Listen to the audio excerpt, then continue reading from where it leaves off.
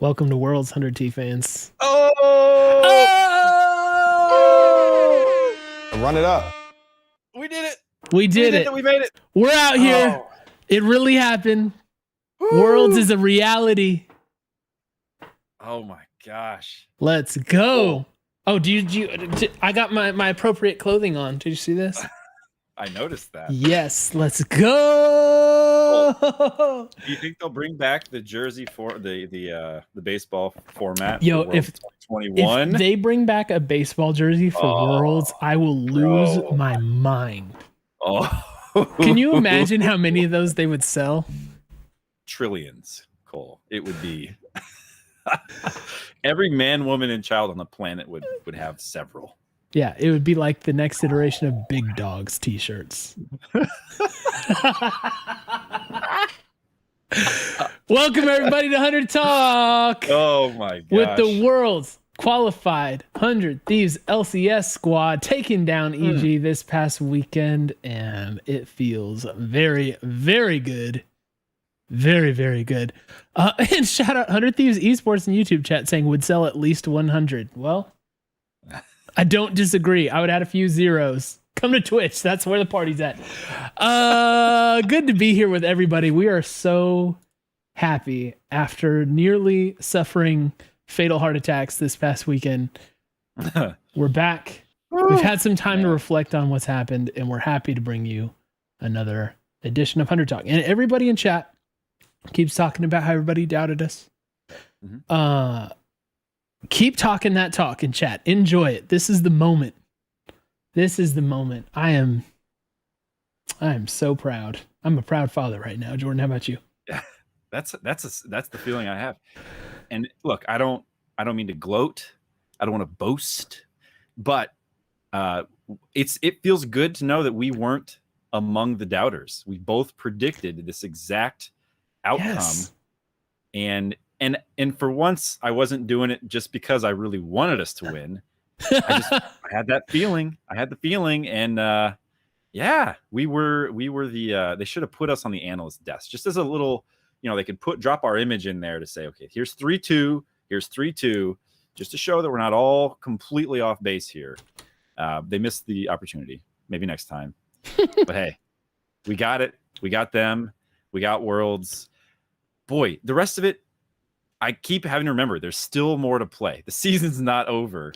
That's right. There's still more to do, but it does feel a little bit like I care less about how the rest of this goes. And I'm sure we'll talk about that. Oh, we're going to talk about it. Yeah. But boy, there's just this giant exhale. I'm sure the players, coaches, staff, GMs all are feeling it too. Nade shot that we made it back, man. We made it back to the point that we started this whole thing at, and dang, does it feel good. I'd say the second time around feels even better. I think you're right. I think it does feel better this time around. I mean, it's pretty amazing to go first year, but we didn't know how good we had it back then. We truly didn't. Yeah. Oh, geez. What a night. What a night. What a night. Well, we're happy to bring you another 100 Talk. Yeah. We're going to be talking about the series as a whole, more so than game by game as we sometimes do. And then we'll talk a little Team Liquid, and really this is just bask in the happiness and glory. Just good vibes, feeling good, having a good time. That's what it's all about. Cole, you know what my good times are powered by? I don't know about you. Oh, my friend, I sure do. Oh, you do? You do know? Citrus X? Citrus X. The flavor of celebrations. Let's Cole, go. It's the flavor of destiny. I walked into my Rip It storage chamber tonight, and it was sitting on top of the stack of cases as if it were meant to be. I thought I was out of Citrus X. I really did. It just had to be done. Rolled behind the sorry, what was that? Fire sale. We're doing it? Is a Warzone stream now? What's going on? What's the fire sale? What's on sale right now? Worlds tickets? Worlds lodging? Should we check? Worlds Somebody jerseys? check Kayak. This post sponsored by kayak.com. No? What are the channel points looking like? What is this? I don't know. I don't think I can redeem Jordan, them on the something mod. critical has happened. What's going on? Chat? What is? Something is a lot cheaper in channel points now. Let's get ready. Oh dear. Crockpot. Cool. Crockpot gets the first one. Zip the rip. Let's go. We gotta get through this, Cole. Let's I don't go. know how long the fire sale is. But here we go. Super Ninja Penguin said lore readings. We're not that bold. Well, what's the opposite of the fire sale where they deactivate one option? Oh no. Yeah. There's a 30-minute CD on it. Unzip the rip. That's my kind of fire sale. First one. Gets the Here deal, we everybody go. else Here we gets full go. price. It's changed. We've unlocked the floodgates. Here we go. The stream is officially flooded and rip it. There It we feels go. great. It's on. All right, Kale, we All fixed it. It's on. Let's go. We're going to be pounding the rip during this one to celebrate Knox. All right, Jordan. All right. I'm we sure can't call all these out because this would be the only thing we do all show. But we'll keep sipping the rip as you redeem them. It'll power us through this massive agenda we have tonight, Cole. Yeah. Agenda item number 1. We are so good, aren't we? We're going to Worlds. Okay, let's talk about the EG stream or the EG series though, for real. Okay. So cast your minds back before we knew the outcome. All right, before we went through the stress that was that series, the stress that was Game 4. We made our predictions last week. As you mentioned, both of us calling the 3-2 in Hard T's favor. Now, we had some assumptions about how this series would play out. And though we got the result right, there were a couple key differences, I think, in how this happened. So there's lots and lots to talk about. The first thing I want to hit, this series, it just wasn't as close as it seemed. All right. Now my heart was pounding through the whole thing. Basically, I was so stressed and I was like isolating myself in the house. Right. I don't know. Right. I just felt the pressure like crazy. I watched this on VOD Squad. So I was watching it alone in my house late at night. And I was hoping for a 3-0 so I could get to bed. No. Yeah, it was not that. But yeah, I think like having some time to calm down and go back over the series. I watched through highlights like 2 or 3 times of all the games, and I looked at the gold graphs and I looked at the like play-by-play or whatever. And I was like, you know what? It wasn't as close as it seemed. It really wasn't super close. Now, things were close because we made 2, 3, maybe 4 critical errors that kind of almost threw or did throw in the case of Game 4. Yeah. But I really felt like this 100 Thieves played above what I expected them to do. Now, I thought this was going to be like a couple blowouts by EG and like a few like of us managing to get over the hump. It was really kind of flipped. I mean, you take away that Danny play, which was unbelievable. Game 4 is a stomp for us, right? So it's like we have 2 stomps of them and 1 good win over them. And then one where they kind of like barely won a little bit. We got outplayed by Trist. We got out macroed by them in Game 2. But like we had a big early deficit and we closed the deficit. We came back. I don't know. We played well. Like the series in totality, we played well. And I am so proud to say that. Yeah. Yeah. I mean, look, our 3-2, we don't hedge our predictions. I do sometimes. But we talked about all the things that needed to We happen. don't hedge our predictions. Yes, we do. I do. Cole doesn't. I do. All the things that needed to happen if the series were to go the way it did. And I feel like we did those things I can't say off the top of my head if we did them all. We certainly did enough of them to win the series. So A, that feels great. B, it's like they rose to the occasion in the way that we said they would have to. And kind of thinking first and foremost here about Repeared, who came and, you know, not to completely upend your plan here for the show, but I'm fine. Made the most of that time and showed up with a bunch of looks, or like a look that just kept repeating that we didn't expect to see. And boy, we've probably got a few words to eat regarding one champion called Viego at this point. Because, well, hey, we alluded to that. We called it out. We're like, all right, maybe not the anemic Viego we thought in the after the Golden Guardians game. Remember? That's true. We course corrected our Viego take. We were like, yeah, closer did enough to earn some faith in it. Now, I will say, I never would have thought we'd get that champion basically as much as we wanted it. I mean, did we? I can't remember if they took it right away or if we actually passed it up. Yeah, we passed it up. We chose Lee Sin second pick on red side after they took Sion. Oh wait, no, these picks are out of order. I'm sorry. The thing I'm looking at is out of order. Gosh, I hate that. I'm using Gall.gg. Let me see if I can find the real thing. Anyway, the point is, we got that 4 times. We got Viego. Did we get Rise 4 times also? Was it 3 or 4? Yeah, 4. What Games in the 1 through world, 4. man? I cannot believe that happened. Rise. 4 times in a row. Yeah, chat saying it was a first pick Viego from them. So thanks for the correction there. I mean, look. Gosh, do you care? Can I just blow the structure on this? Yeah, I don't care at all. Okay. We won. I don't care. Yeah, it's the rest is just details. Okay. I have so much I want to say about this whole series because it's so cool in a lot of ways that I didn't expect. And I want to go to the Viego and just talk. I mean, it's so interesting that they didn't decide to eventually just ban it. And do you know what caught my eye on the ban list? Do you have a guess specifically what ban I found to be very, very interesting? If you don't, that's fine. This is not a test. Callista? I'll tell you the answer. Not Callista, although that was a bit surprising just because we haven't seen a ton of it. I think it's more meta than it is specific.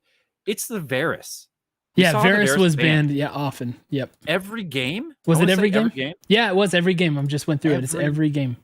And just the previous week, I want to say, I had talked about this concern I had that people were letting FBI play Varus. And that made me worried that we had kind of fallen into like a champion rut for one of our most important players, where he's on this champ. People know he's going to grab it. They're not too worried about it, and they just let him have it. Something happened. Yeah. And EG said, look, Viego just went 7-0-12. It's game 2. You know what we have to do. We have to ban Varus. And it's like it's a different V champion than I was expecting you to say, but okay, we'll ban him. Do you think they did the search by letter thing and just clicked the wrong one? Right, 5 times in a row. It's like, no. So that was a huge shock to me. And I loved it. I loved it because I was wrong. EG was clearly so terrified of this Varus. Xin was the other one every time. So that was not something I expected, but something I was absolutely delighted to see. And I don't know if it's that they just saw more or like got more intel from scrims, or if they just saw tape and they felt like, boy, that matches up horribly in what we want to do. We got to get rid of it. But that was an interesting one for me. Yeah. It seemed like I don't know. It's hard for me to imagine that in 100 Thieves series prep, they were thinking, okay, so first of all, let's keep Jiizuke off of his comfort pick, which I think is clearly what they did, right? Taking the Rise and banning out LeBlanc. Okay, it was like clear to me, let's make Jiizuke uncomfortable. Cool. Then we're going to get Viego every game.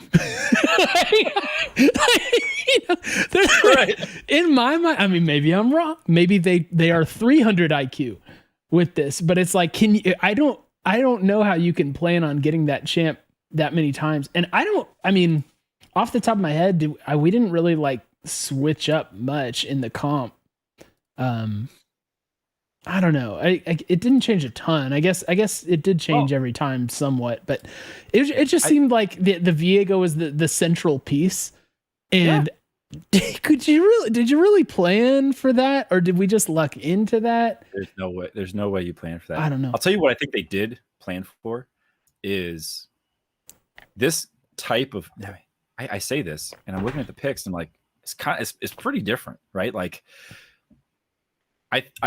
one of the things we learned, the first thing we learned about this team, is they are willing to run it back, right? Oh yeah, And I think this is one of those things where they had a general idea on how to play the game with Viego. And I'm not smart enough to say that game 1 to game 2 is essentially the same game plan. But I do know that if you have your jungler on the same champion, you're at least thinking about approaching the game in a similar way, probably. Variations on a theme, right? Like, and actually it's pretty interesting. You look at game 2, we pull in the Gangplank, and that's a different look than the Renekton. And we banned Renekton, I believe, just because we didn't want impact on it. So that's fine. Like, we're gonna move somewhere else. We're gonna make sure you don't get it. And then the game 3 is poke. We got the Ezreal there. We've got the Rise there, which is not like long range poke, but certainly can chunk out a team real quick. So it's variations on a theme. And then Kai'Sa in game 4. So it really is different. The Viego is the common thread. Gangplank is pretty common too. Rise is 4 games out of 5. Yeah. So like this is what I'm getting at. That's probably the blueprint that we came into this series thinking like, all right, first look is this. And I think what they say is until we feel like it's not working, that is the blueprint of what we play back. We run it back. We saw him do it with Karma. And everybody doubted initially and then stopped doubting after that.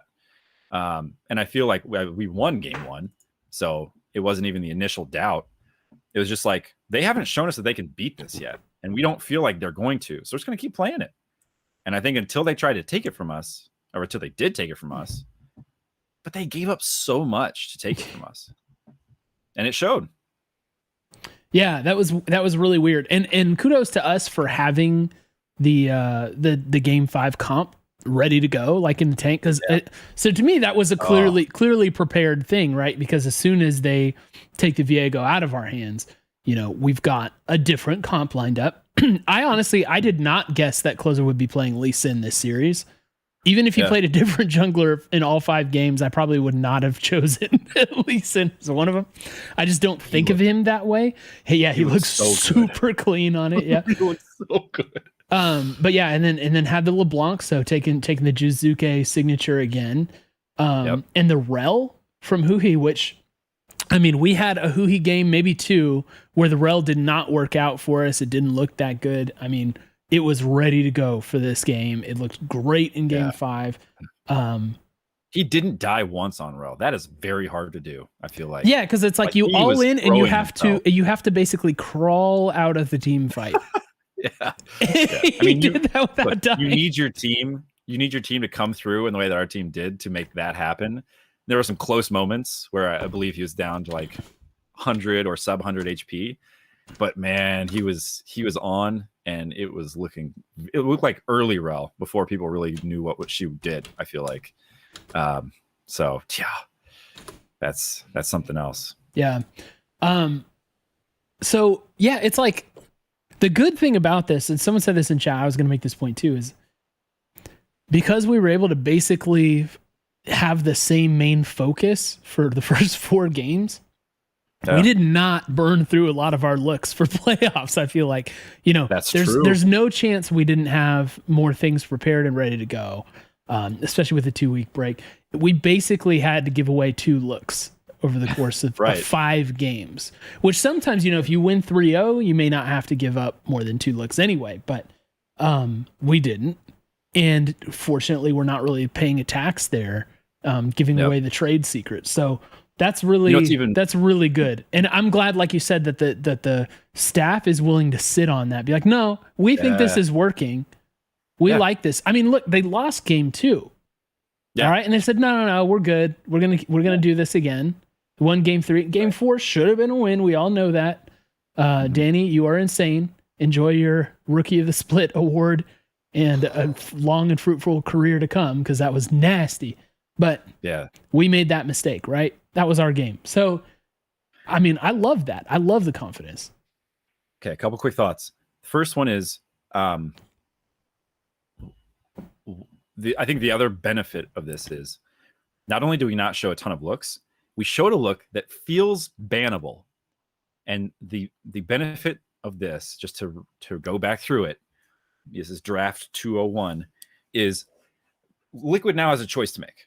We can ban Viego and just bypass this whole thing. I've returned.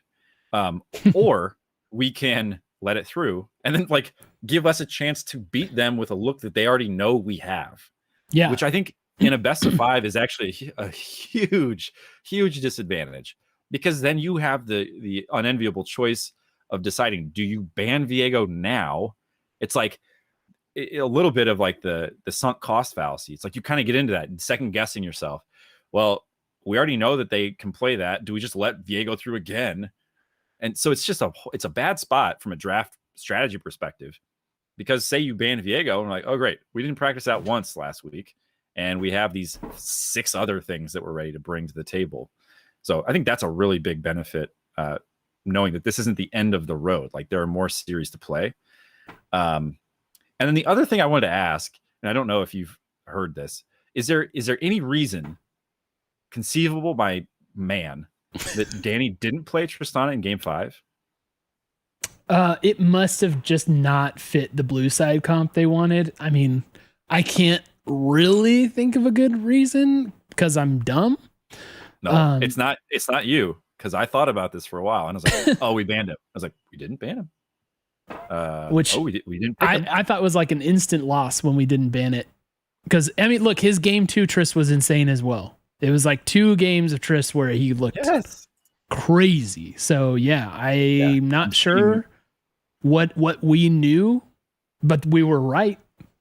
Yeah, maybe Sven Skaren coming in just mixes up how they want to play, and they don't feel comfortable committing to that. I don't know. Yeah, and Nameless is dropping some wisdom saying that Tristan to Aphelios is torture in lane. Seems like it could be a possibility. Look, what I'll say is torture in lane, though. Yeah. Good luck laning. But this is the thing. This is Danny's champ. This is the one he's great at. It's kind of like Viper on Riven, where my question is always like, but did you consider Riven? Because we've all seen what he can do. I think that this dude could, like, as he showed us, literally 1v5 doesn't matter to him.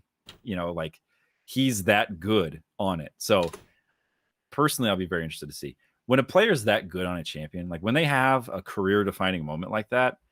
This is my uneducated take. We're just like, I would say probably play him on that until he has a game that he says, I'm pretty much done with that for now. Because he was that good on it, right? Where it's like he was pretty much 1v9 in game 4. And won. What's that? I said and won. He was 1v9 and won it. It happens so rarely at the highest levels of competitive play that you see a performance truly like that, where it's not like, oh man, he popped off in that fight. It's like, no, the whole game.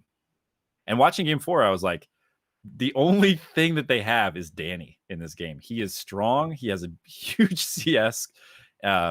He's getting crazy items, and just hats off.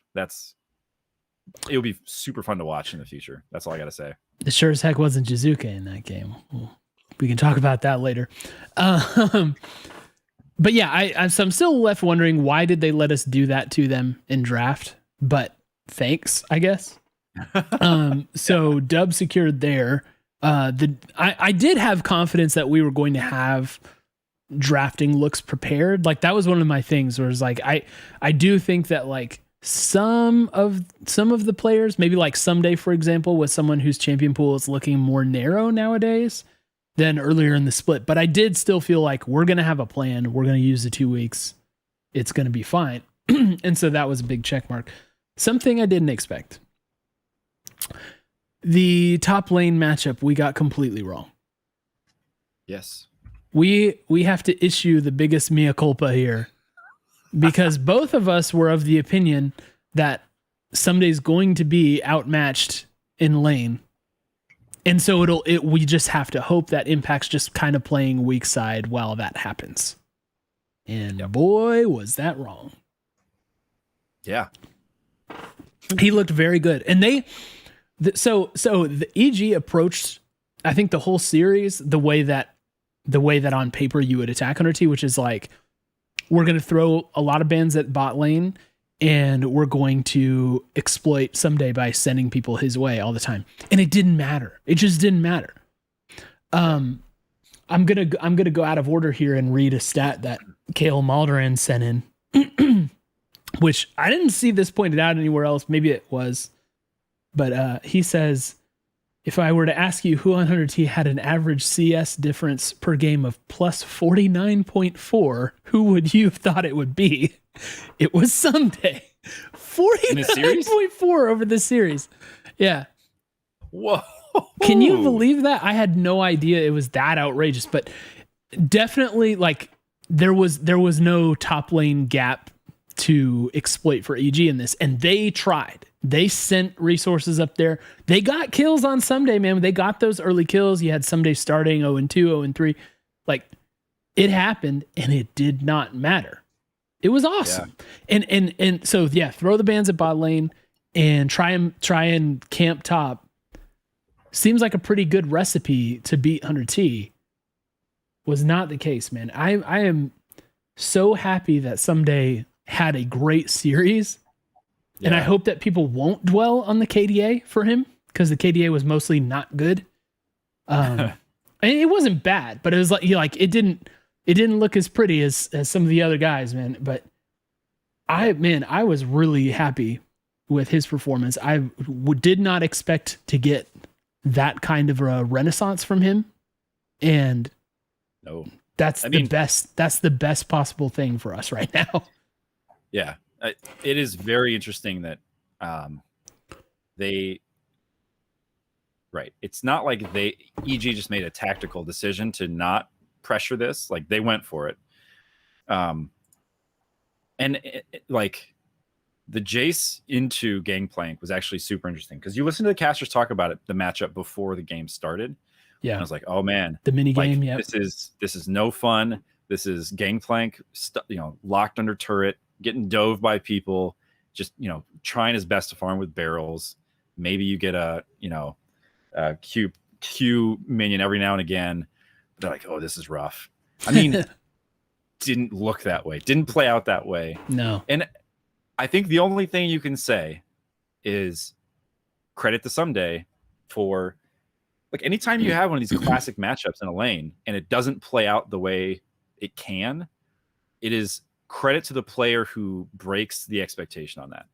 And it could just be that they get 100% jungle presence, like they get mid, so they're actually like 130%. That was not what happened here. It wasn't like, okay, by all means we have to save Someday, and by the way, the rest of the map is gone. Like, he just played it well, man, and he looked like the bully in these matchups.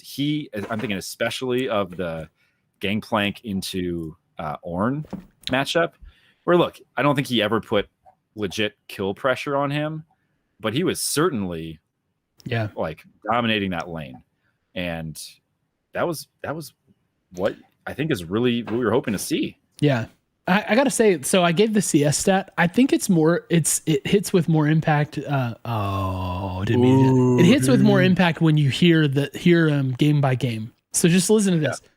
Yeah. Game 1, Renekton into Ornn. Someday almost got the Flame Horizon here. 352 to 265 on CS. Okay, game 2, GP into Jace. 274 to 219. Yep. Game 3, GP into Jace. 316 to 269. Game 4, GP into Ornn. 282 205. Wow. Game 5, Gnar into Sion, 202 217. So he 15 CS down in that game, in which we absolutely destroyed them, and all they did was come at Someday. Right? That's all they did. He got killed 3 times by Svenskeren, and that's literally it. Yeah, that's like the only thing they did.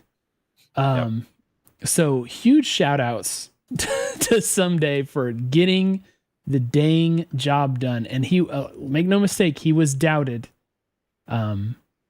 before the series on some level by nearly everyone. Yeah. Fans and others alike. And look, to be fair, I think including us, right? Or Yeah, me, yeah. That's why this is a mea culpa. that was the trajectory. So yeah, it feels great. Look, if you ever need a shortcut to demonstrably prove that you were camped, it's this: if the enemy top laner and jungler both have 100% KP, and everyone else on the team has 0% KP, you were camped. There is no arguing it at that should point. be a fairly Nothing easy else algorithm. happens. Yeah, Yeah, for that. that's the only kill presence or participation on the entire map is right smack dab in the middle of your lane. Yeah. By the way, while I was pulling up his stats, I mean, I saw the overall stat summary here. More in the this wasn't actually that close category. Just listen to the aggregate totals for these things. Kills. This is team wide. Kills. 86 for 100 Thieves, 56 for EG. Towers, 39 for us, 28 for them. And that's actually, they had that one game where even though they were getting spanked, they were like getting a lot of turrets. Mm-hmm. And that was weird. So that's like a total anomaly. So it really like, that should be even bigger. Dragons, 15-9, 100T. And Barons, 7-2, 100T. It's like none of these measures particularly close. The gold diff, we won by 14K game 1. They won by 7.2, which happened like close to the end in their game 2 win. We won by 9.4 in game 3. Gold was even in game 4 with the Danny outrageous play, but we were up like 9K before that happened. And then we won by 9.7K in game 5. So it's like gold diff aggregate is sincerely in our favor as well. It just, like stats wise, it just wasn't close either. Yeah. Which, I mean, it was a 3-2. So we almost found a way. Win the series. Yeah, we almost threw hard enough. Yeah. Yeah. So let the record kind of stand for what it is there. But yeah, in the games that we won, I agree. We looked like a much more composed and intentional team than we've seen the last few weeks, which feels hugely important as we prepare for playoffs, continuation playoffs, and then Worlds. Yeah. So good things. I have to go off script here because I don't know how I didn't actually put this in the rundown, but the Abbe-Jiizuke thing. All right. That was a thing too. So we all know that it got pretty greasy between those two guys. I'm surprised Abbe actually like came out and made some of the comments that he did, because to me, he always seemed more of like a turn off all chat guy. But it's not close who won out in this series between the two of them. And when Danny had his pop off play in game 4, and I had to watch the player cam of Jiizuke like talking mess across the studio, it's like, dude, who are you? You know what I mean? Like, he was coming off, like, remember he started game 3 0-6-0. Yeah. He got garbage time kills like right at the end, so he finished 4-7-0. It's like you're coming off of that. He was 2-4 and 12 in game 4, but it's like Abbe-Jiizuke like got the better of him basically all series, sans like 1 or 2 solo kills that I think Jiizuke got on him. But like game wise, it was not close, man. The better mid was not up for discussion after this series. Yeah. And that's, I think, when people kind of try this in the people's court, which is how most of these, kind of rivalries go, they'll clip and they'll play back the solo kills, and I think that there's a fair deal when you have a direct spat with someone and you make specific claims about their abilities in a specific area, right?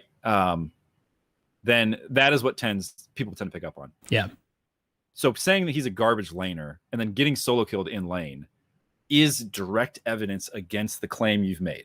And, like, that is what it is. Doesn't matter, because he, like, the ultimate argument in this is scoreboard, right? And that's like, we're going to Worlds, that kind of thing. I think the thing it's actually pretty interesting in this one is he looked his worst on LeBlanc. Yeah. The 0-6-0 start. And it wasn't just that he was being camped. Like he just made some bad plays. He got caught in plays he had no business being.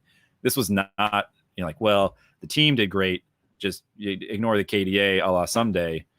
This was Jiizuke having one of his little coin flippy games, Cole, which I've heard people say that we should maybe put to sleep as a kind of a meme in the LCS.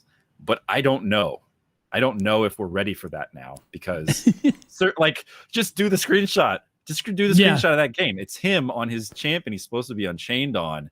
He's supposed to carry the entire game, and garbage time is the only reason that he doesn't look like everybody else on the team in that game, which is 1 or 0 kills. Yeah. So I think it's still a thing with Jiizuke. It's like, yeah, he's going to have some great moments. And he's still skilled, like he's still talented, and he outsmarted Abbe bad on one where he had a biscuit in inventory and got some mana back. Yeah, that was when Abbe wasn't afraid of dying in lane to him. Like that one went to him. That's a mark in his column. But I still think that a lot of stuff we said stands. Like I think there's just a lot of question marks there on how those two stack up, or at least how Jiizuke stacks up to the rest of the field specifically. Yeah. I'm going to save you the NBA comparison I was just about to make for Jiizuke. We'll save that for another time. I love those. Yeah, I do it way too much though. So I'm trying to cut back, trying to get it out of my diet. Another player we have to call out.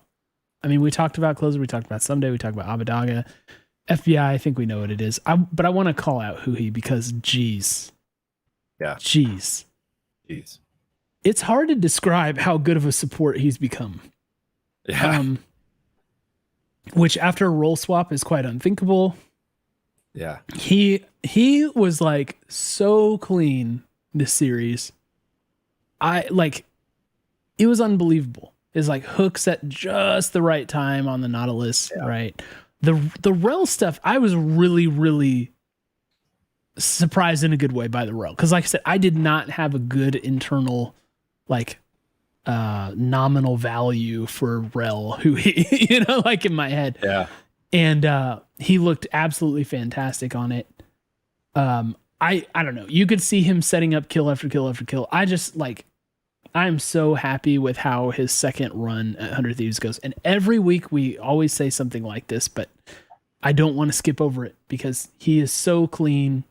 He's been such an asset to the team. Again, I'm going to continue to call him our single most consistent player. And that's on a team of very good talent. You know what I mean? I just really am proud of how he's played. Thank you, Huhi. Yeah. And I want to make specific mention of the fact that going into this series, one of the other things that I had highlighted, not as what I thought would happen, but a concern I had is that the EG bot lane did get the better of us the last time we met them in the regular season. And they did it through some very specific things. They went full aggro. I think that we gave Ignar Thresh. Yes, we did. And we didn't, which I think was a very good move. Which is one of the things we called out, right? One of the things we said we cannot do is we cannot let Ignar play Thresh. It's not worth it. But look, this bot lane and Huhi being, I think, just like the solid core of it, they rebuffed all efforts from Danny and Ignar to steamroll lane. I don't think there was a single game where I was worried about bot lane. Like what was, I think there was one lane where they had one game where they had a lead, like a healthy lead, but was it the Tristana game? Maybe. Yeah, I think the game 2. Maybe it was game 4. Game 4 CS difference was pretty insane. Yeah. But yeah, the Jhin into Tristana is the one I'm actually thinking about. Yeah. But the point stands where I just wasn't that potential win condition for EG didn't play out. Right. And I think that the reason that we saw Tristana take over, it wasn't because of lane errors. It was because he just is that good all over the map at any point in the game. So yeah, man, just absolutely huge. And really, I mean, really, really great roams as well. Mm-hmm. Just showing up. I feel like he and Abbe-Jiizuke have really good timing. I'm having trouble thinking of specifics, but I just feel like there were moments where Abbe did just enough to buy himself time for Huhi to be there at the exact right time. Yeah. With the exhaust. Right. Yeah. Like that is so important when a team is trying their best to crack open the mid lane. And so, Huhi just everywhere, all over the place. Yeah. It was reminiscent of Core JJ this weekend. His roam timings were insane. As we've come to expect from him. And that's what Huhi looked like a lot of the times with his roam. So yeah, man, I just shout out that guy. Perma shout out. Yeah. Huhi. We didn't see a set. I mean, it must just be. I thought it was going to happen in that last game. Yeah. But didn't need it. He didn't look the worse for it. He was doing good stuff. Yeah. Well, one more thing from this series I want to talk about, because we've mentioned the Danny play several times.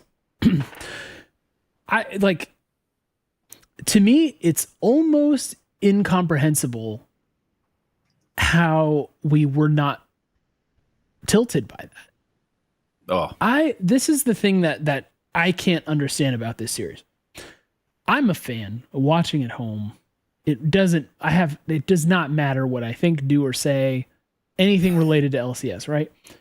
And I am sitting there watching Danny, and I feel like he cuts our hearts out. You know what I mean?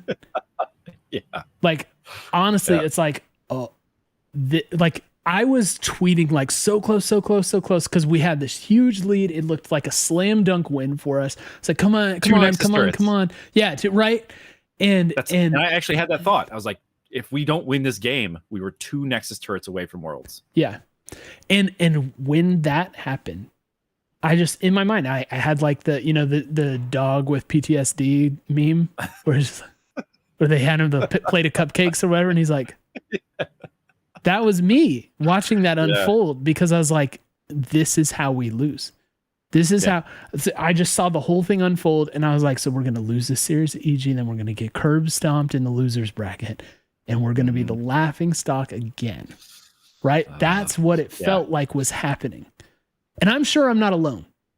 Right? I am sure that I'm not the only 100T fan that was feeling this. And that's as a fan. All right?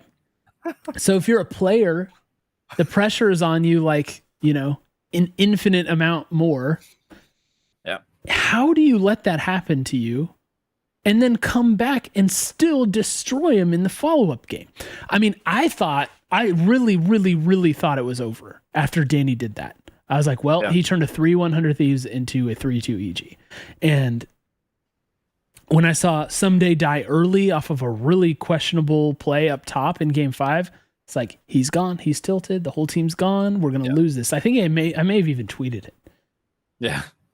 But that was basically like the last mistake that was made in that series by 100T. And they just absolutely went off. And it is really hard for me to comprehend how they were able to pull that off. That is, I think, the most resilient thing we've ever seen out of any 100 Thieves team or player or whatever. That's the fact, but I mean, how can you not agree with it? Like that is losing in the absolute worst way. You got 1v9'd by a rookie when you had like a 9,000 gold lead. And not only that, but you actually had the stones to let Triss through in the draft also. Oh my gosh. I really want to know. I want the story. The composure there is just insane to me. It's literally incomprehensible. I am really hoping. In fact, I'll just go ahead and say, I DM'd a couple of the 100 Thieves video editors to tell them, I hope you got footage of whatever the heck was said after that game 4. Because I really, really would like to see that. Yeah. They're going to put the footage out and just be everyone weeping, for like 3 or 4 minutes. And then someone comes in like, you guys got to go back out now. It's time to do draft. Like, no, we're not ready. That's what I would have been doing. Just crying a lot, Cole. Crying so hard, just the scream crying. And I am with you. It's unbelievable to me that we came back out and played our best game of the series. I don't know. I mean, maybe this is the thing. maybe this is the thing. We picked Viego game 1. Like, I mean, he's not our favorite champ, but he sort of busted. Let's see what we can do. And then they kept letting it through. We kept winning. And then finally, closer's like, oh, thank goodness. Lee Sin. Love me some Lee Sin, boy. Ooh, classic. I'm gonna do a flash kick. Ooh, I'm gonna ward hop. Resounding strike. I'll follow that. Ooh, he had some good ones. He did. So maybe that was it. We were like, finally, we're free. We can stop playing Viego. That's what we needed. That's what we needed. I wonder if the Svenskeren thing made a difference. I mean, honestly, I know like the stats didn't look pretty for contracts. I was scared of him the whole time. I thought he was playing well. I'm shocked that they made a game 5 change. Like, I think you do that earlier in the series. You don't do it in game 5. I think you just ride it out with contracts. Do you buy into the idea that he just doesn't like to play like it's not in his comfort pool? That's the only thing I can think of is they're like, look, you can play Viego, but you don't like to. And Svenskeren's like, that's my guy, Viego. And sure enough, yeah, 3. He's like, I'll get 100% KP, baby, promise. That's a promise. Yeah, that's all I can think of. Because I'm with you. I don't feel like he had a bad series. And BC pointed out, said that when we switched sides, they swapped it, so it was probably planned. But I just don't think you do it, man. And I wonder if that was also a release for the guys. Is like, all right, it's like coming into a game cold is just hard to do. Like, you're not warmed up.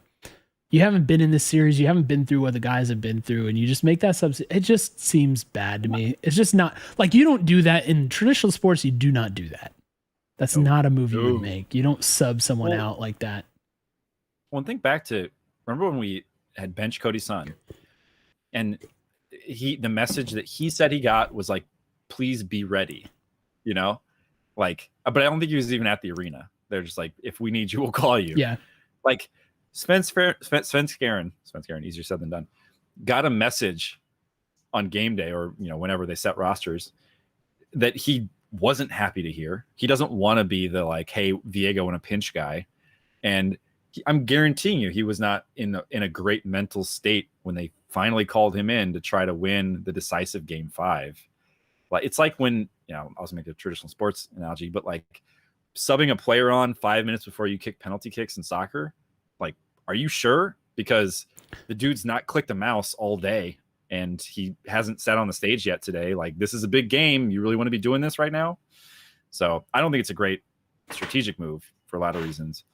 Even if that was the plan, we get blue side, we're going to play Viego, we're going to put Sven in. It's like, if you make it all the way to game 5 and that hasn't happened yet, you just got to abandon that plan, in my opinion. And yeah, I was, when you brought up PKs, I was going to bring up the Euros. Because I remember that. The sandwich brought it up. I watched it happen. And I was like, you don't do this. The coach clearly has never played soccer before because you don't do this. This is not a thing. It's not fair. It's not right. Don't do it. You made water go up my nose, man. Sorry. No, it's all good.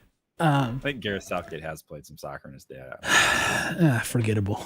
All right. Well, I'm really, like, that is a huge, like, just bringing full circle, that is a huge plus for us going forward. We survived the mental test of losing a game in almost a series, potentially a series, in an unimaginable way, right? Bounce right back and kick their teeth in. So that bodes really well for all difficult situations going forward for us. We've gone through that crucible and we survived it, right? Like, all right, huge plus in our corner, gives me a lot more faith in the team because, it just remember where we were at with this team before we actually played. It was like, all right, form has not been good. We stomped Golden Guardians, thank goodness, and subbed out because we didn't want to play EG. Probably a tactical scheduling seating thing. But that wouldn't be fair, though, Cole. That wouldn't be fair. Yeah, someone alert any jungler who wants to complain about it. But so we were shaky on form going into this series, right? And not only do we play pretty well, but we also survive like a huge mental test. And that puts us in really good position, I think. Like if they're able to go through VOD review during this week and like, hey, do you see we actually kind of stomped them? We actually kind of smurfed.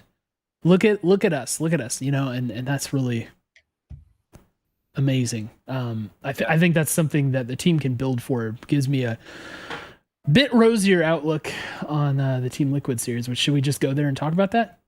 Let's do that. All right. The Team Liquid series. We play, thank goodness, not on a Friday, but on a Saturday. Ooh. Against Team Liquid, who is looking red hot. They're looking very good. This series is going to be a tough series, I feel like. We'll do a let's just quickly look at the lanes. Because that's because we're stupid. That's a lot of the times the context that we do to talk about this. It worked for the EG series, Cole. It did, except for we were wrong about a couple things. Well, but on aggregate, we got the right prediction based on. We even did it lane by lane. It's a wash there. It's a minor for us. It worked. Yeah. Stick with it, Cole. Stick with it. So, Team Liquid, starting at the top of the map. Probably the most uncomfortable part for us, right? Alphari looks like he is fully back. He is playing up to his physical stature. Seeing him next to Jensen, like in the bow, he's like 2 full feet taller than Jensen. He looks incredible again. Whatever happened with him and TL looks largely water under the bridge now. RIP Jat. Yeah. Does he scare you? Yeah. I mean, I think I agree with the common consensus that he is a scary player, a dominant player. I think, you know, his Camille was spooky. He's got a lot of good looks that I worry about. Now he was up against Huhi, so yeah, you know, he's a scary dude. Yes, I'm scared of him. Nice summary there. Yeah, I'm real scared too. And I think that he was playing very intelligently. He was baiting, and then he was also getting the mechanical outplays. I have serious concerns about this lane. Now, Someday did his dang thing in the EG series. So that is like the, you know, that's the offset here. Alphari looks like he's doing great. In my opinion, Alphari, best player NA as of right now. Someday, if he has another series like he just did, I don't think it'll go as well. If Someday plays at the same like skill level and has the same, you know, has the same performance basically, I think Alphari gaps him more than Impact. Well, it wasn't even gap. Like Someday gapped Impact basically in this series. But you know what I'm saying? Like I think Alphari still is going to outperform even if Someday has a really good weekend. Like I think the Jace into Gangplank thing is possible. If right, the other way around. Yeah, exactly. Yep. I think that's very much in the realm of possibilities. And I certainly don't expect that we're going to see Someday bullying Alphari in lane. No, doesn't really matter what the pick is. Do we blind Someday every pick? I think BC mentioned this earlier that he was always blind pick. Yeah, full blind pick. Yeah. I don't know. It probably depends on how confident you are in Someday. Like, do you feel comfortable that he can minimize the losses? I think that's really what Someday's playing in this series probably is like, let's just not get this guy going. You know, we don't need you to gap him, but we do need you to contain him. Because I think he's shown that he can gap anybody in the LCS. Yeah, and that is a scary thing. I'm trying to remember. I'm going through to see what Alphari played this past weekend. He played Gnar in game 1, Jace Camille, game 2. Jace game 2, Gnar game 3, another Gnar, and then Camille game 4. Yeah. I think the dude's going to be scary. Another one. Yeah. I have serious worry about that, even if we get a good performance out of someday. So there's that. Got the jungle. Closer looked ridiculous. The only time Closer did not look like the best player in that series was when he was like basically stat checking and trying to make those insane plays to secure kills, and then ended up giving away a couple, right? He did do a little bit of waiting. Like he's definitely not a power clearing jungler, and I do worry that if he gets a little bit too liberal with his hangout time, waiting for the right moment, that he could start to fall behind in a way that would make it harder against Santorin to remain, like, to be the carry that he was in basically this entire series, right? Yeah. Now, it clearly didn't stop him in this series, so I might be worried about nothing here, but I noticed that was a pretty common thing for him to be doing. It's just kind of hanging out. Yeah. Now, Santorin, for me, I don't see it the way other people see it. Like, it's not quite on the level as Power of Evil is for me, or Huhi is for you, where it's like I totally don't get it. But with Santorin, I mean, I think he's a solid player and a very good player, but like, they're always like, oh, look at Santorin, oh, player of the series, oh, this and that. I never really get that feeling, that vibe about him. Whereas Closer has those moments for sure. And he did in this past weekend. Like, that dude he was the best player in that series, right? So I don't know. I know that Santorin is good, and I'm happy that Santorin's back. You know, good for him. I still get the gut feeling that Closer is going to have more to say about the games than Santorin does. Yeah. And Santorin got, just kind of do a similar thing really quick. Like, he didn't have the carry stat lines. He had a lot of more supportive stat lines. Other people were popping off. He did get some Xin Zhao picks, which I know is in jungle meta is like way, way up there. We saw that in our series. So, if we're worried about him, I feel like we could probably do a little bit more in draft to try to control him. But yeah, I'm kind of with you on that, where I'm not as worried about Santorin as like he's going to take over the game. Clearly, he's a jungler that enables the team, as we saw against TSM. Yeah. And then moving down the line into mid lane, we've got Abbe-Jiizuke into Jensen. I'm confident there. Yep. I don't, for whatever reason, it doesn't seem to me like Abbe-Jiizuke worries about Jensen at all. Now, Jensen seems to not like Abbe-Jiizuke at all, but it just, you know what I mean? It's like, I didn't have the most random memory pop in my head. In our high school senior yearbook, actually, no, it wasn't the yearbook. It was in the newspaper. It was in the student newspaper. Our senior year, a mutual acquaintance of ours, a mutual friend of ours, was talking about the freshmen. And I don't know why they were talking to him about it, but he gave a quote that was like, "To me, they are like small flies, and I just ignore them." And that's like kind of like Abbe-Jiizuke's attitude towards Jensen, from what I can pick up, being totally outside of it and having no real ground to stand on. That's kind of, it just seems like Abbe-Jiizuke is not worried about it, right? Jensen, I like Jensen as a player.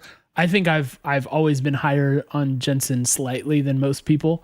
But yeah, Abbe-Jiizuke's just been. Abbe-Jiizuke was in that EG series just like a nice anchor, like a kind of set it and forget it, kind of just doing great work. I mean, his rise looked really good. The roams were incredible. Party portals, yeah, were almost flawless. He had one that was ill-fated, but I mean, I felt so good about his play and his ability to just not worry about the other mid laner. So to me, plus in our column for that. Yeah, I think you would probably look at the TSM series and say, boy, Jensen's stat line looks outstanding. And then you say, but he was playing against Power of Evil. So that's Cole's reaction to that. Oh, Power of Evil's fail flash into ult. Did you see that? Oh my God. That's not good. I mean, he's probably never tried that specific one before. I don't know. Maybe he only has 20 or so games on his ear, so you can excuse him this for that, split. right? Yeah. So let's go into bot lane. All right. So historically, again, I rate Tactical higher than most people do. People are always like, he's carried by Core JJ. I think he's pretty good personally. Yeah. He is up against FBI. Yep. Do I need to say more? Nope. Good form from Tactical this past weekend. He looked good. Yeah. He looked good. We haven't really seen an FBI pop-off takeover for a little while, I would say. If I'm not mistaken, if I'm not just blatantly overlooking something. But I'll say this. That doesn't make me think, oh, I don't think he can get the job done. That makes me think, it's about time, baby.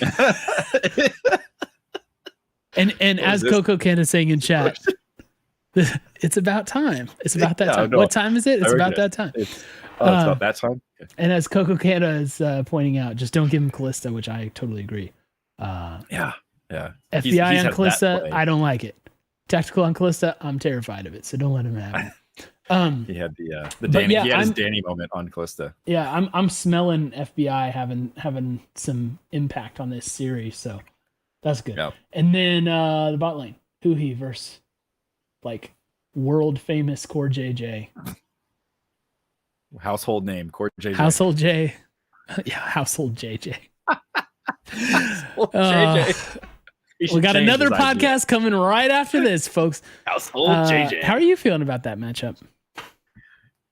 I mean, here's the thing that's scary about TL. There's one way to look at this entire team, which is they've not been super strong in this split, right? Like, we beat them a lot. They beat us, I think, once. I say a lot. Do we beat them twice and they beat us once? This split? Is that how it went? Or did we 3-0 them? We 3-0 them. We 3-0 them, yeah. But we, they are another team. Wait, did we? Or did we lose the last one? I think we I got it. I'll get the answer. You keep talking. Anyhow, I think that's the trap analysis of 4 in a row versus TL sandwich. Okay. The thing about TL is Core JJ looked average in a lot of these games against us. They didn't look that potent. And I think we all know now that when this 5-person roster is really meshed and hitting on all cylinders, and they had roster swaps that we played against, like, we know how good Core JJ can be, and we know how good Alfari can be. And I think there's a lot of recent data where you look at this team, you say, well, Alfari just seems kind of like he just got subbed back out, like why so much fuss about him? So I think that like their final form is actually much, much scarier. So I'm a little bit hesitant to just do the kind of like, well, here's how they look this split, or, he's not been that good. Because I do think that all of these players were underperforming in different ways, not even individually, just collectively throughout this whole split. And now seems to be the time, as you always talk about, that they are like at the top of the arc. And as we know, the downside of that arc is sometime beyond this moment. The question is just when. And I think with EG, we found, as you kind of predicted we would, that we caught them on the downside of the arc. Or you could say like our good play hurried their descent down the arc. Pushed them down the hill. We just gave them a little shove and let them roll. I think it's a lot to like ask us to replicate against a very informed TL, where the players individually are showing that together they're a much scarier thing. So that's my thought, and I saved it till we got to Core JJ, because he's one of those players I just feel like I cannot count him out, and I don't know why. And I think it's partially because he's so good. He's Core JJ, yeah. But then that whole thing kind of becomes true for the squad as a collective unit here. Yeah. So here, my thing about that is it's tricky because a lot of our fear of TL is based on how they looked in this past series, right? And the series before, but mostly how they looked in this last series. And before the playoffs, I just wasn't scared of them. And as we pointed out, we 3-0'd them during the regular season. We seem to match up well against them. So, and then the other thing though is like, well, we're kind of in the same dang boat where our form was really questionable at the end of the regular season, and then we came out and had an excellent playoff series, and that's the only thing we're basing any level of confidence on is what we just saw this past weekend. So both of these teams are in like a newfound upward trajectory, right? So does that cancel each other out? I don't know. Like who's gonna find the extra synergy? I don't know. My gut is telling me that TL is gonna be the greater sum of its parts, you know, and it goes counter to what I've said the split where, you know, I felt very confident that we just have matched up well against TL this split, but I still get the feeling that I'm not sure how much we have available to play against them, like what the champ pools look like in top lane, for instance, which this is the nightmare scenario when we have a frightening carry top laner to go up against. So I don't know if the lane by lane totality, right, is top lane them, jungle us, mid us, bot us, and then maybe what did we come down on support? Regardless, we have an edge for 100T in the lane by lane. Right. So why am I feeling like that doesn't carry? I don't know. Is it just because they've played 2 playoff series instead of 1? Where they found this new form? I don't know. It's really difficult to pin down for me. Are we going to do predictions? Is that what happens now? Yeah, let's do it. Okay. Since we're talking, you want me to go first? Oh, sure. I'll go first. As is customary, I'll go first. All right. Here's the question for me. How much do I believe that our improvements against EG1 were meaningful to, you know, and that you can translate them directly to this TL series and say, we've improved in these ways. EG was still at their high and we knocked them down. And then I think for me, the other question is, well, I've said this before. I don't know. I'm interested to see if it holds or not, but like, how much does top diff really matter? And we saw Alfari on some more supportive champs. Like he played 2 games in NAR in a 4-game series. Like if your whole rest of your team is a bit behind, a well-placed NAR is not going to win you the game. And we've experienced that ourselves. So I'm always interested to see how much does a really outstanding top laner translate to meaningful game-changing influence if you have a mid lane that is behind, if you have a bot lane that is behind, and you hit a 4-man NAR stun and the 5th man you don't hit, it melts you, right? Like how does that play out? So I think where I'm going to come down on this one is this. I'm gonna make my prediction with the full realization that it is continuing to rely a lot on things we just don't know yet, but that I do have confidence in our ability to accomplish, and that is, I think that our coaching staff has shown that they are capable of getting more out of this team than their current state. They made a huge improvement from end of regular season to playoffs, and we looked sharp. Obviously, things we need to work on and improve, but we certainly looked better than we did at the end of the regular season. And so I have confidence in the coaching staff to continue that work. And I do think that there's value in us still being a bit of an unknown quantity here. Like I think TL is going to be preparing a little bit for what they think we will show up with. And so what that tells me is if our coaching staff does their job, which I think they will, and we show up with different looks, I think we have a chance to take games from Liquid. Like, I don't think this is going to be a series where it's like, we just show up and Team Liquid continues their effortless roll through playoffs. So it comes down to, do we have enough of that? And is TL's kind of like, Ultron moment, are we seeing that against opponents who are not as, well-oiled as we are right now? I don't know.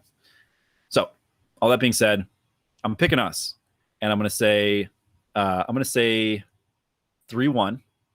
Wow. Because I'm going to take Jat's words and I'm not going to pick a 3-2, even though I do think I think it's here's my hedge. I think TL's a super good team. I'm not picking a 3-1 because I think that they are actually bad and everyone is just being, just overrated or whatever. I don't think they're overrated. What I'm banking on here is that I think we haven't yet seen the top side of our curve. So if we lose the series, 1, I'm not going to lose sleep over it. But 2, I think it will be because we haven't made as much improvement as I'm projecting that we could have, and that we just haven't shown yet because we haven't had to against EG. That was a long prediction. Yeah. So, first of all, I think you have a very well-reasoned perspective on that. Because if you're gonna pick 100T to win the series, it should be for the reasons that you are mentioning here. So I like that and commend you, sir. Especially because my prediction is not based on any such thing as smart reasoning. My prediction is 100% gut. Okay. Okay. And here's what's happening. Okay. There is no way that 100 Thieves LCS makes it to grand finals smoothly. You're going to tell me that 100 Thieves is going to go cleanly through? Nothing to do with the current players. Nothing to do with the current staff. 100% to do with the curse. All right? You guys know we're a curse fan base. There is no way we're getting through this clean. All right? There's no way we're dodging C9 or Immortals. One of those teams we will have to play in playoffs. And I think now is the time. I think it's our date with Destiny. Guys, I am predicting a 3-1 victory for Team Liquid. Okay. Sending 100 Thieves down to lower bracket. Now, that doesn't mean it's over. We have that series we can lose and still make it back, which is very nice. Very nice. We're guaranteed 2 more series minimum, right? Maybe 3 if we lose, right? If we lose and then win, we can get to 3. But I'm telling you, just the energy out there, and with how much trash we talked after this past weekend, knowing that there are so many people who talk greasy like Yohoto or K's or whatever that have karma coming to them, but it never happens because the universe is unjust. I just have that gut feeling, man. 3-1 TL. I don't know if that's the end of our run. And chat hates me already. Yeah, our playoff run. I don't know if that means we're going to lose next year. Chat hates me right now. Look, guys, you should know that you're going to have a hard time winning an argument about who's the bigger 100T fan if I'm the other person you're arguing against, right? I think my track record speaks for itself, but I'm just trying to be honest here. All right? Doesn't mean I don't like the boys. It doesn't mean I don't like the staff. Of course. I love them. But it just feels like, this segment is Prophet Cole. It's not Scholar Cole. It's not Analyst Cole. It's Prophet Cole. The truth is simply given to me with no explanation, and I just relay it to you. Yeah. So, well, let me just say, I'll say this. I know that we've talked about how hanging a banner is actually more valuable than going to Worlds. Yes. I still believe it. Even though I feel extremely happy about Worlds more than I thought I would. Yes, agreed. And I think because we had to work so hard to get here, right? It felt like at different points of the season, it felt like it was a sure thing, it was a lock, it was a guarantee. Like there's no way we couldn't go. And I think that's where it felt like, good to go. Great to be there. But let's get a banner. But then it was in question. And so I think there's just that relief of like, oh, thank goodness we have that. They can't take it away from us, Cole. So I think the thing that I'll say is I'm being reminded of how we've talked about this split does not feel like the split that we have to win, that we have to hang the banner. And I didn't expect us to. For certainly going into the split, and then certainly for the end of the split. So it does feel like we're playing with house money at this point, where it's like, hey, look, man, if we make it to like the grand final, I feel great. I feel great. And in part it's because I know that we have time to build. Yeah. You know, this is like when you get that roster that is like, we got a couple of young prospects, and I'm thinking 2 to 3 years we get the championship, right? Like, and we're playing the long game. So to get to the place we're at in year one of the multi-year plan, it's like, wow, okay, well, that's great. That's it is better. It is great, but I'm not sure I'm fully on board with like now is not the time we have to win, because look at what has happened. Because like Perks is not Perks for whatever reason. I fully believe Perks will be Perks later on. I don't know, man. And I've all the roster turmoil that like TL had to weaken them. TSM making lots of mistakes, like having K's on the payroll. I don't know. I think that there has been an opportunity granted to us this year. So I'm not sure I fully agree. It doesn't change the outcome, but we can continue to get better too. Like this is a mid-split team or mid-season team. You're not supposed to win with a mid-season team. Yeah, that's not. I 100% agree with that. And so look, you're thinking, well, they're getting better. We're going to get better too. You know, Of course we're going to get better. So for me, it's like, yeah. I don't feel like it's make or break. And I think we've accomplished one of the most important things that you can in a season already.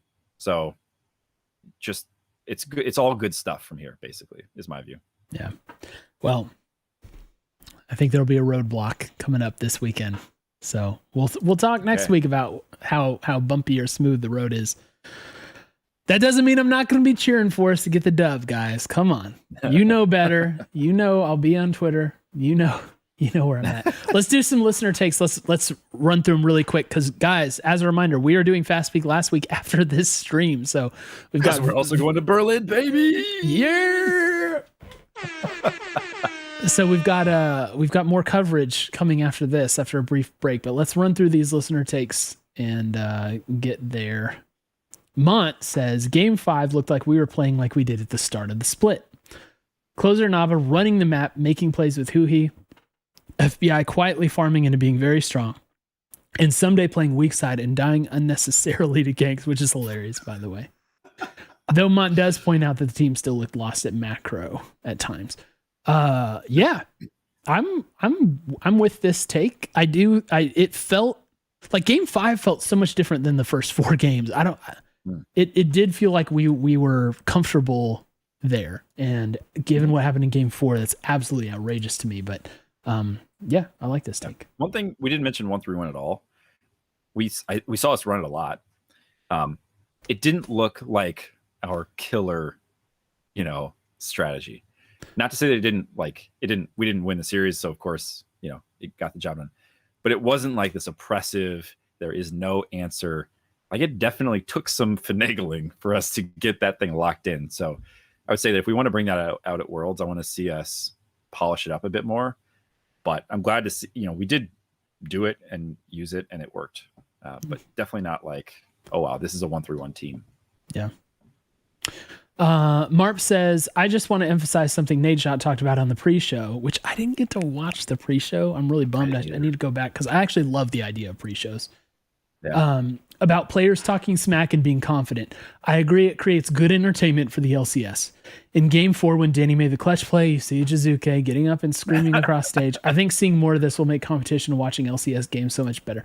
To me, this is a double-edged sword, right? Because on one hand, I can't deny that you are more compelled by that, right? Like it's more compelling entertainment when stuff like that happens. And stuff like that, even better talking when smack. Yeah, talking smack, getting up in people's faces, yelling, whatever. It's especially good when it works out in our favor, like it did. Mm-hmm. It sucks real bad when it doesn't. But the other end of that is just like, I just hate how much attention revolves around whether there's controversy. I mean, all the people complaining about LCS being boring. It's like, oh, no one even talks crap to each other. It's like being toxic is not a requirement. Right. All right. And I don't think that the players who do it are even particularly good at it. I mean, I think that esports has miles to go when it comes to talking trash. I mean, maybe Call of Duty guys can hold their own for sure with anybody. Yeah. But in League of Legends, man, it's just these people just aren't those dudes. They're just not those dudes. So I generally hate how much brand building has happened around being toxic and being negative and all that stuff. So that's a double-edged sword for me, but I cannot deny that it draws you in more when stuff like that is happening. Yeah. Yeah, I agree with you. It's hard. It's tough because I always think of the UFC. I think they do, and I've more in the past than now. I just don't watch as much now, probably because some of their biggest personalities are not in anymore. I was in the Jones era, but I think the docuseries they do, man, it's just like they do such a good job of creating a compelling narrative, and that is what draws you into caring about fighters and personalities. It's not that these two people got in each other's faces to weigh in, and one of their goonies had to drag them back. It's the fact that it's a really compelling. Like, I think if they were on their game, they would snatch up this Danny thing real quick and make him into be I'm going to be interested to watch Danny now more than I was before. For sure. Just off of that one play is all it takes. Yeah. You can do so much more with that kind of thing than with like, oh, did you hear that somebody baited Abbe into saying that Jiizuke is stupid and he's not good? You know, like, okay. So that's my thanks, Crackdown. Excellent job. Great show format you have there. Did you watch that, by the way? No. It's like you could practically see him be like, come on, man. Come on. Say something. Like, it was so awful. They're just begging for it so they can have a clickbait. Oh my gosh. Okay, Curly from Flight Check Crew. Shout out Flight Check Crew, the FlyQuest version of 100 Talk. Which I need to stop saying that because that sounds disparaging to them, and I promise it's not. We actually love those dudes and love that they exist, and we want every team to have something like that. And the Flight Check guys do a much better job than they get credit for. Also, may their following blossom. Yeah, they deserve it. But Curly from Flight Check Crew says, with Worlds on the horizon, how do you feel the team will hold up against the rest of the big four regions? So before you go, because Jordan, I'll let you go in on this. I just want to say, Curly, I know you're out of playoffs. You don't need to rain on our parade. You don't need to bring this grief to us. Okay? Just because you're feeling sad. All right? We don't think about those things right now. We're just thinking about LCS. We just want a title. Do you understand? Love you, though. I just want to enjoy this moment. I mean, I think you could ask. I mean, this is an appropriate and responsible question to ask, and I think you can and should ask it of any team in NA, because that's the question.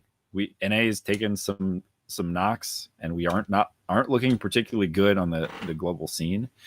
I will say this: new teams. Here's what I gather, or I've heard: new teams coming out of EU. A lot of the old guard is gone, it would seem. So, I think anytime you have teams like that are new, there's gonna be question marks. I think everybody probably still expects for China and Korea to be the dominant forces there. But look, I don't have any impression that we are in the top 10 teams in the world. I think that's optimistic, and we need to see a lot more from us before we have confidence to say that. I do feel like we are going to be, I think we belong in that conversation of world's teams, which is, I think, in some ways more than I could say the last time we went, because there's so many things that were uncertain about our roster and who we were sending. So I'm feeling more optimistic, but I think anybody who tells you that we're going to easily shellac EU and then take down Korea is probably getting a little bit too big for their britches. Though I do think EU is not going to have a super good Worlds personally, but I'm 100% biased against them. So Vic MCG says, someday, dare I say it, gapped impact in the majority of those games? Question mark, exclamation point, question mark, exclamation point. Yes, he did. Glenn Taylor says, thoughts on EG not banning Viego? Says the only way they play Viego is jungle swap. Do you feel there are meta picks 100T can be similarly pinched, exploited with, because they haven't shown the ability to play with them well? So since we talked about the Viego weirdness with EG, let's focus on the back half of this. Are there meta picks that 100T can be exploited with because we haven't shown them as a strength yet? I mean, it's kind of interesting. We didn't see any TK. I don't think in either of the series this weekend, if I'm not mistaken. So some of the things that we didn't see Gwen. Some of the really constant picks last patch were just seemingly not as dominant. But Jordan, they nerfed Gwen's level 1 damage 1% or whatever. So how could you play it? Yeah, completely unplayable. So I don't know, I guess is my answer to that. And I would say at least it seems less likely that some of those glaring gaps in our meta preparedness aren't as big an issue if what you've seen from the last weekend is to be expected for the remainder of playoffs, which would be great for us. I'll just say, I mean, clearly Viego is something we're comfortable with, and that does seem to be a big presence. So I can't think of anything right now that I'm really worried about. I don't know about you. I'd love to see us take Ziggs and then flex it to support. Ooh. Yeah. But I will say that my concern is in top lane. It's top lane champ pool. I'm not convinced. Went great this past weekend. Thank goodness. We'll see if that continues. Kale Malderin. We already said his thing about the stats. I still can't believe that average CS diff per game for someday of 49.4. That is unbelievable. JC101 says the one matchup that I was worried about was Impact versus Someday, and it turned out to be a non-issue. The one game that they hard camped him, he had the same farm as Impact, showed how big a wasted time it was for EG. Nice. I think we agree with that and covered that. So one final one that also agrees with what we said. I should have audited these a little bit better before I rolled into them. But shout out to Ducky Cheese for coming through. Says at no point in the series did it feel like EG was actually outplaying 100T. And then he said, okay, besides maybe one player in particular at one particular moment. Then said any closeness in the series was purely a product of 100T misplaying situations in which they had control. Into my veins. Into my veins. I sure hope that continues. Yeah. All right. Well, we made our prediction for next week already. Jordan calling the 3-1 victory for 100T. Ooh, right? It was a 3-1 you chose. Yeah, and then Cole. Prophet Cole. You don't see Prophet in front of Jordan's name. Prophet Cole calling the 1-3 loss for 100 Thieves, going down to the loser bracket. And I won't speak on what happens after that yet. But yeah, we'll see which one of us is right. One thing's for sure. Got a huge monkey off our back already qualifying for Worlds, not having to go through play-ins, just feeling fine and dandy about that. I am so proud of this team. Anything after this, cherry on top. Cherry on top. And I hope that LCS title is in our future, man. Nothing would make me happier than that, like short of a Worlds title. I think, look, top 4 at Worlds is probably the only thing that can top it, right? When you think about it, because like getting out of groups is really great, by the way. It would be sick, but I'm not sure. I mean, that's top 8. I don't know. I'd have to litigate that a little bit more, but just LCS title would be huge. I really hope that that's in our future. Me too. Ooh, it's so good. All right. Well, this has been a longer than expected 100 Talk. As always. Stay tuned. If you're in chat, stay tuned because we're gonna take a quick break, probably 10 minutes or so, maybe 15. And then we're gonna do Fast Peak last week, talk about 100 Thieves of Valorant. So yes, do not go anywhere. Maybe you can watch Hotline League for like a little bit, but don't leave us all together. Come back, all right? Come back. It'll be an interesting week, man. Bring the energy. If you've seen Make It Rainal in chat tonight, bring that kind of energy this week as we get ready to play. I can't wait. Love you all, and we miss you already.